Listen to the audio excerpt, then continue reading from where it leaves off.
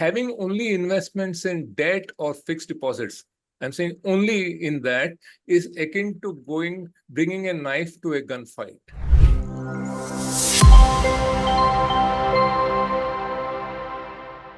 Hello everyone and welcome to our channel, The Mutual Fund Guys, where we only speak about mutual funds. Hi, I'm Samir, and on the other side is Mahesh. Mahesh and I are partners in AMS Investments, which is a mutual fund distributor based out of Mumbai. Okay, we want to start talking about equities today.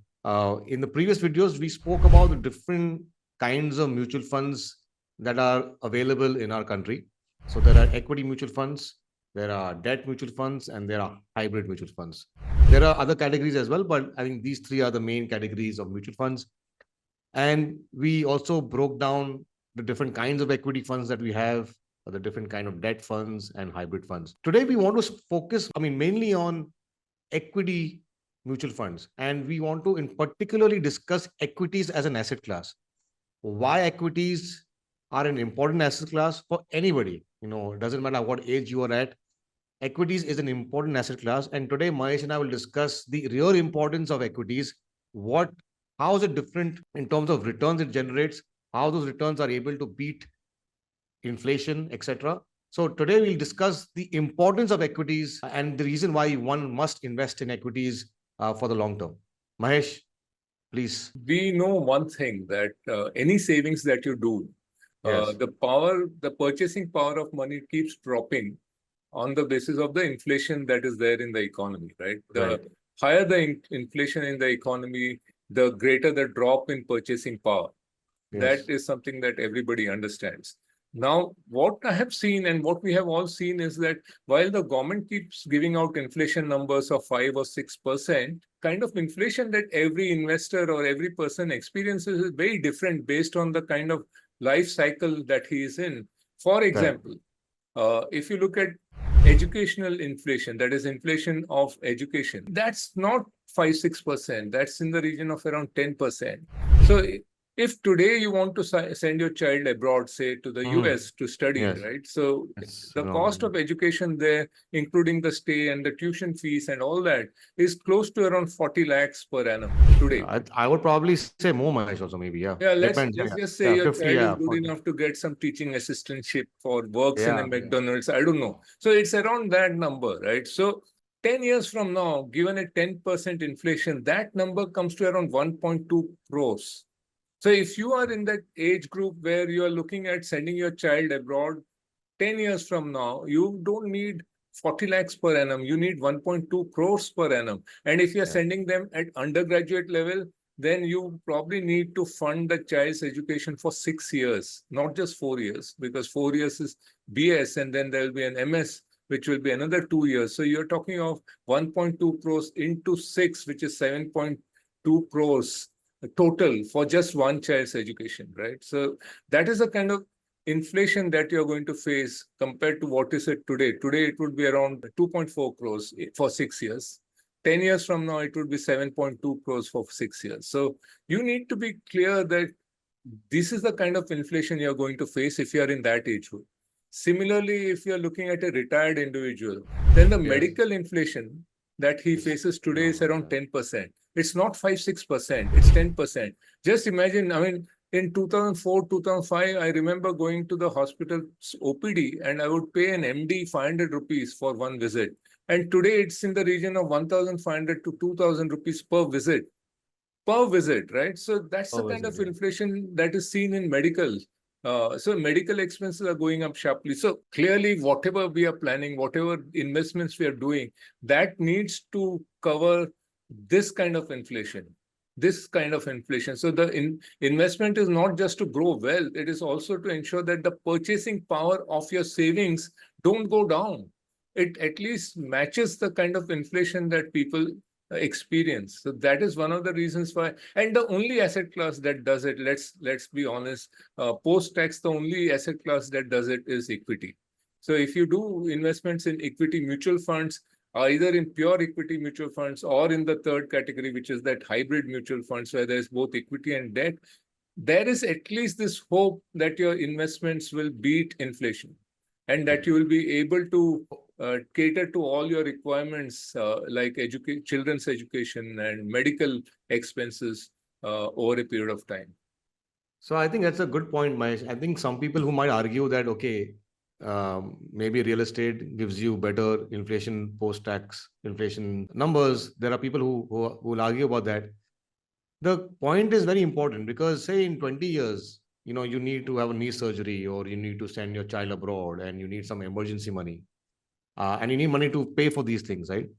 It is obviously very easy to sell equity mutual funds as opposed to selling a house or apartment, right? So there is also the fact that you have an asset class that over the long run has shown to us, at least, that has beaten inflation, okay, and is also liquid enough to sort of get in and out of quite easily, which is also very important. Yeah. And I think this is why equities, like we have suggested, are perhaps the best tool available to us to beat inflation. And you are 100% right. It's not only about growing wealth. That's not the only reason why people invest in equities. It's also to cover up for their later year, I would say, expenses, let's say retirement, or maybe as medical, or even for their midlife reasons, such as paying for their daughter's education or a child's marriage. So many different milestones people go through in their life that it's just not about growing a wealth. So I would like to give a couple of analogies, right, about this. Yeah. So for a person who likes movies, then if you're fond of Western movies, having only investments in debt or fixed deposit, right? Yes. So you have the world coming to you, all guns blazing, and all you have to fight it is a knife. So if you have a fixed deposit and only pure debt investments, then what you're doing is trying to get into a gunfight with just a knife in your hand. You are 100% going to lose that fight, right? Correct. That's one of those things. Or somebody who likes cricket, I would like to point out another interesting story, right? I mean, if you like cricket, and you will remember that in 1975, we had the first World Cup, right? And Indian team went there. Venkatragan was the captain. I mean, that it is that back, right? 1975. And one of the first games India played was against England. And India, in reply, scored 164 for 3 in 60 overs. 164 for 3. And Gavaskar scored a grand total of 36 runs, not out, in 170 balls, right? So that was... So it is almost as if, I don't know what went through Gavaskar's mind. No, he's never replied to it. It is almost as if he didn't really understand the game that he was playing, right? It was almost as if he was in that test cricket mode, where not losing your wicket is a victory. In one day, not losing a wicket is not a victory. You have to score at least at the run rate that the other team has set for you, right? You have to beat that run rate to win the match. And this is where people make a mistake. The game we are playing, the game that we are being forced to play, is a game where inflation is a given, right? The kind of system that the world has is of a fiat currency. Dollars, rubles, or whatever, pounds, euros, they're all fiat currencies. Governments can print them, right? And so devaluation of the currency is a given. Inflation is almost 100% a given, because the more money you print for the same number of goods, the prices will go up. So inflation is a part of the game of life that we are all being forced to play, right? And in that game, if you don't realize that what is the game that you're playing in, then you will go and invest in a fixed deposit or in a debt, saying, I don't want to lose my capital. And that's like Gavaskar saying, I don't want to lose my wicket, right?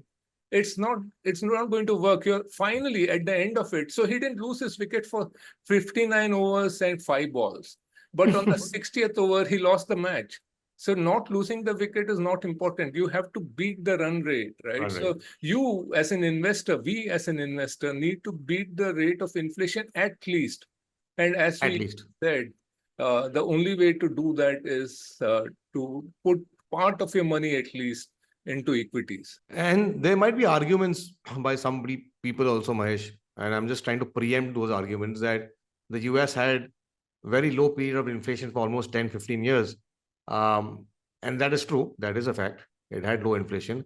But again, the headline inflation that people talk about, yeah, it's called CPI, Consumer Price Index. Okay, that is a basket of different goods and services, and there is sort of arbitrary weights put onto these baskets, right? Um, but they are not the true indicator of inflation that you and I face. I mean, you and I will face inflation regarding the cost of a car, the cost of petrol, the cost of renting a house, vacations abroad. yeah, There are many kinds of inflation out there, right? I mean, when my parents used to take me to the US for a holiday, and now when I want to take my kids for a holiday, I mean, the inflation factor is not even 10%. It's probably close to 12-14% because the currency has depreciated significantly as well. The Indian rupee, right? So there are different kinds of inflation out there, and there is, like you said, it's a guarantee, just like death and taxes. There is going to be inflation, yes, and the inflation that we see in the headline, that might be like 4 or 5%, or maybe sometimes 2%, sometimes even negative in a few countries. But what a man or a woman faces in the real life is extremely different. I mean, they will face inflation at some point and some aspect of the life. So you're completely right, and I agree with you. And I also feel that equities are by far the only asset class that has shown at least to have beaten inflation over long periods of time. And even if inflation is 5%, you have stock market indices in India who have given 15%, 12 to 15% returns to combat that inflation as well, or at least stay put and give the same return as the inflation number. I totally agree with that point, and it makes it even a better use case to always think of equities as some part of your asset allocation. yeah. And, just to point out one other thing, coming back to that cricket analogy, 1975, India played this kind of horrible match, right? And in 1983, just 8 years later, India won the World Cup in England in a fantastic turn of events, right? So 8 years is a good enough time for things to change. So coming back to equities and our investments, if you are looking at it for the long run, right, 8 to 10 years is a good enough time for things to change in your life too, as long as one keeps investing and in equities, but in particular. So I think this is a great video, Mahesh. It sort of summarizes the importance of equity investing, and equity investing can be done through investing in equity mutual funds. And there are different categories of equity mutual funds, but on average, most equity funds through many different asset management companies have delivered 15 to 18% returns over the last 10 years, which is an amazing return. It should take care of most aspects of inflation. And if you're lucky to have not faced that kind of inflation, then it would have grown your wealth for those 10 years. So thank you for watching, everybody. And we will be coming up with more videos with similar topic of why equities are important and why long-term investing is important. So stay tuned, and you can always write to us at hello@amsinvestments.net, and we'll be happy to speak to any one of you. Thank you so much for watching. See you soon. See you soon.